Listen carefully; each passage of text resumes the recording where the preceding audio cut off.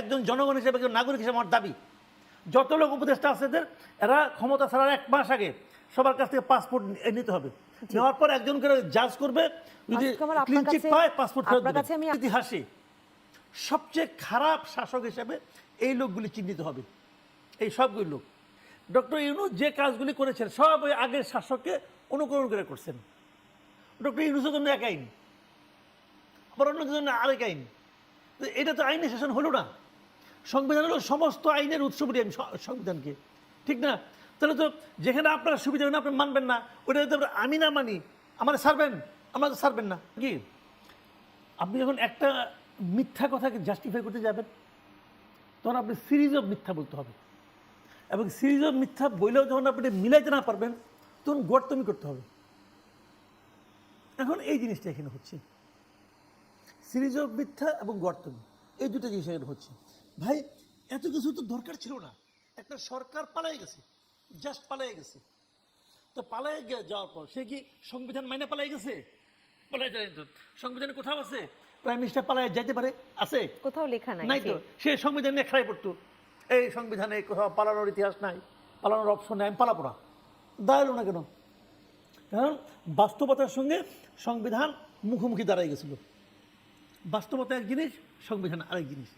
তো যদি বাস্তবতাই ঠিক হয়, পরে আপনাকে যে সংবিধান মেনে শপথ দিতে পারছিল লোকে, কারণটা কি?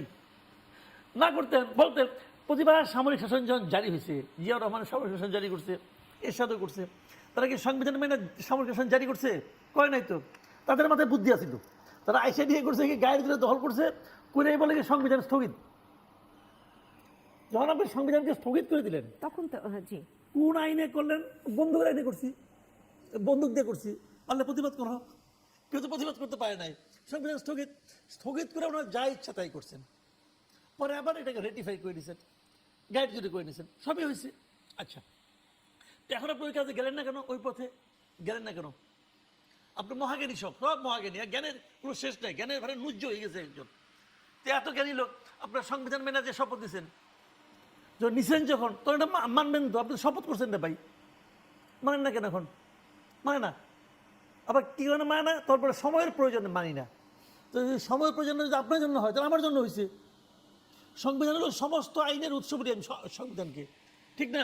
তাহলে তো যেখানে আপনার সুবিধা হয় না আপনি মানবেন না, ওটা যদি আমি না মানি আমার ছাড়বেন, আমার ছাড়বেন না, তাহলে এটা কেমন কথা হলো? যে আইন মানে কি? আইন হলো এমন একটা বিষয় যা নাকি আপনার জন্য প্রযোজ্য, আমার জন্য প্রযোজ্য। আইন মানে আপনার কার কত হাইট এটা দেখে না, কার পকেটে কত টাকা এটা দেখে না, কার কত ক্ষমতা এটা দেখে না, সবার জন্য সমান। তো আমার আইন তো সবার জন্য সমান না, বক্তব্য বিষয় জন্য এক আইন।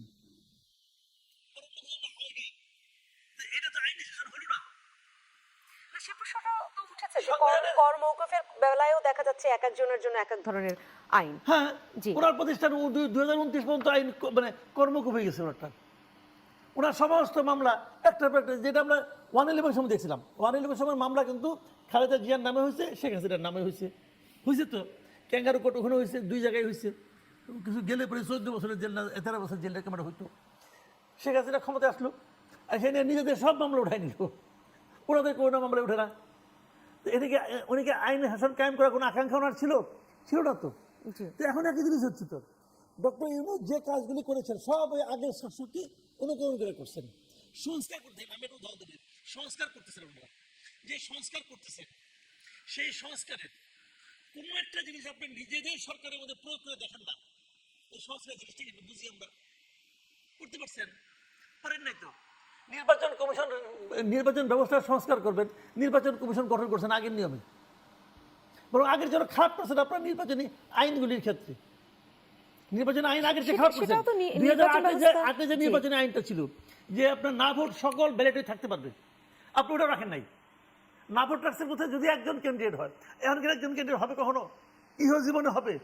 আমি যদি দেখি আমার এলাকায় আমি ছাড়া কোনো ক্যান্ডিডেট নেই, আমার ভয় কেউ আসতেছে না, আসলে পরে গুলি করে মারি দেবো, এরকম হয়। কেউ নাই, তখন আমি কি করবো? আমার বাড়ি যারা